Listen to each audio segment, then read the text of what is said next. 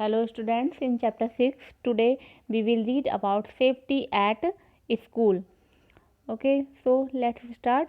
Many times students get hurt in school. You must have seen students falling on the stairs or in the playground. We should follow these safety rules in the school. कभी कभी के school में क्या होता है कि students की चोट लग जाती है, वो या तो स्टेज से सीढ़ियों से गिर जाते हैं या प्लेग्राउंड में गिर जाते हैं। ऐसा क्यों होता है? क्योंकि आप लोग जो स्टूडेंट्स होते हैं केयरलेस हो जाते हैं और जो भी सेफ्टी रूल्स होते हैं स्कूल के उनको फॉलो नहीं करते हैं, इस वजह से चोट लग जाती है। तो क्या रूल्स फॉलो करने चाहिए? Do not rush, always walk in a queue and keep to the left while walking in the corridor. कभी भी भीड़ भाड़ में इकट्ठा होके ऐसे ग्रुप बना के नहीं चलना चाहिए। कैसे चलना चाहिए? ऑलवेज क्यू में लाइन बनाकर चलना चाहिए।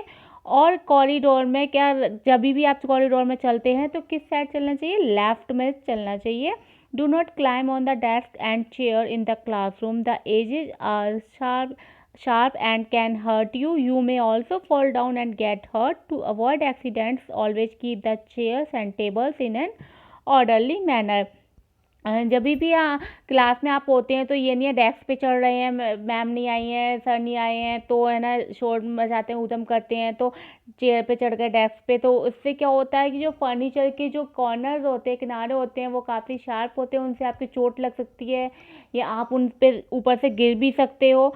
तो ये इस सभी के लिए क्या करना चाहिए? हमें बहुत ही केयरफुल रहना चाहिए। Now turn the page.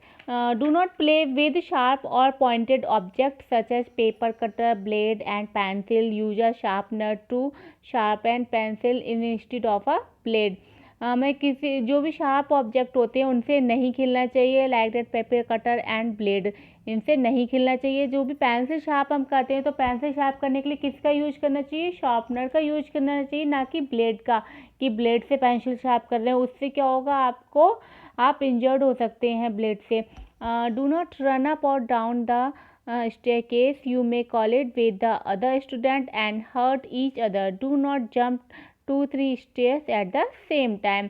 और कभी भी आप जब सीढ़ियों पे स्टेज पे चढ़ते हैं उतरते हैं तो आपको रनिंग नहीं करना चाहिए, दौड़ना नहीं चाहिए, जल्दबाजी नहीं करनी चाहिए, आराम से स्टेज पे चढ़ना चाहिए और ना एक दूसरे को धक्का देना चाहिए कि है ना आपस में जाते हैं कि उसको धक्का दे दिया एक दूसरे को, तो उससे क्या होता है दूसरे को चोट लग सकती है। और कि अगर इतनी जल्दी मचाते हैं खेलते हुए कि देखो मैं पहले चढ़ जाऊंगा सीढ़ी की, मैं पहले चढ़ जाऊंगा, कि 2-3 स्टेज एक साथ में है ना चढ़ने की कोशिश करते हैं, तो ऐसा नहीं करना चाहिए। उससे क्या होगा कि आपके गिरने का डर रहता है। Do not slide down the banister, you may slip and fall.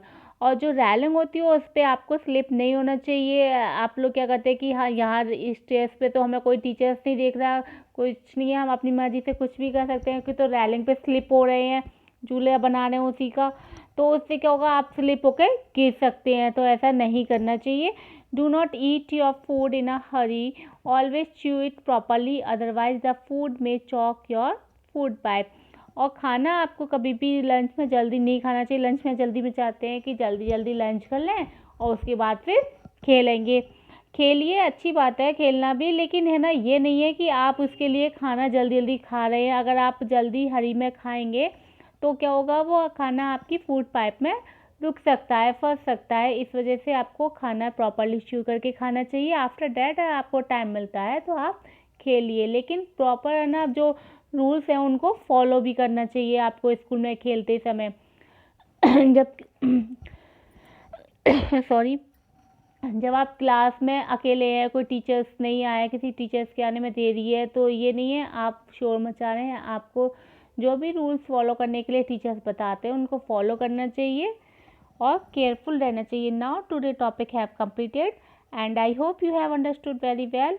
So read this topic and try to explain by yourself. After that, if you have any problem, you may ask me. And thank you. Have a nice day.